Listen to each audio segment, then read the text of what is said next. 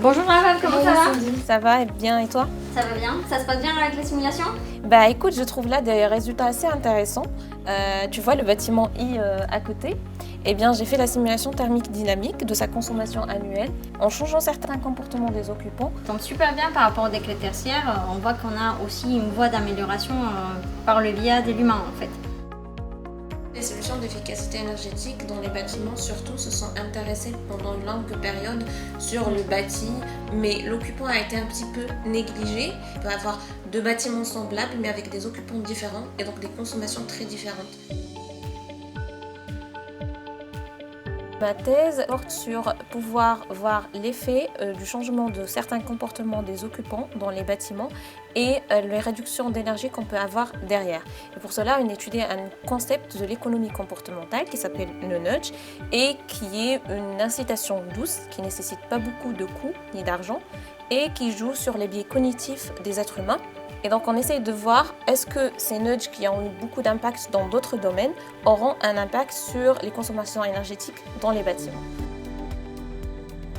La première étape consiste en un questionnaire où on regroupe des données qualitatives sur les occupants, donc des informations personnelles, leur utilisation de l'énergie dans le bâtiment, leur interaction avec le bâtiment, mais aussi leur motivation, pour pouvoir choisir le nudge qui convient pour eux. Il y a une phase de collecte de données grâce à des capteurs qui vont nous permettre de savoir comment l'occupant interagit avec le bâtiment, pouvoir quantifier l'impact de ces nudges sur le changement de comportement des occupants. Et donc ce changement de comportement va être aussi simulé grâce à la simulation thermique dynamique et donc assurer plus d'efficacité énergétique.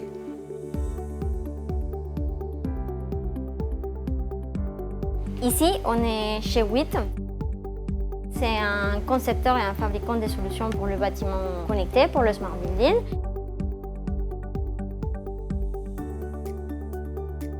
C'est le Windy que je te disais la dernière fois, c'est notre automate qui va nous permettre de faire la régulation pièce par pièce dans le bâtiment.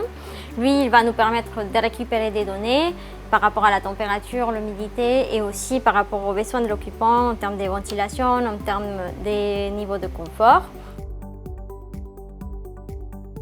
Aujourd'hui, je développe un projet de recherche en partenariat avec les CMA dont le sujet est le confort dans le bâtiment.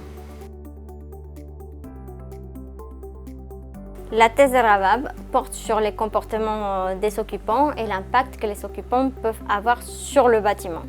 Ma thèse est complémentaire parce que je viens chercher la notion de confort, donc l'impact qu'il y a le bâtiment sur la personne.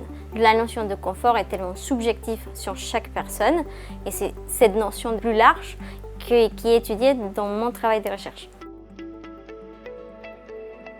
Là, tu vois les dernières données qu'on a collectées et puis on a toutes les données énergétiques. Donc on voit vraiment l'impact de ces comportements dans le bâtiment. Aujourd'hui, on voit que cette approche à la fois comportementale et technologique porte ses fruits et ça nous laisse penser qu'on peut amener ce travail dans d'autres échelles comme un quartier ou une ville.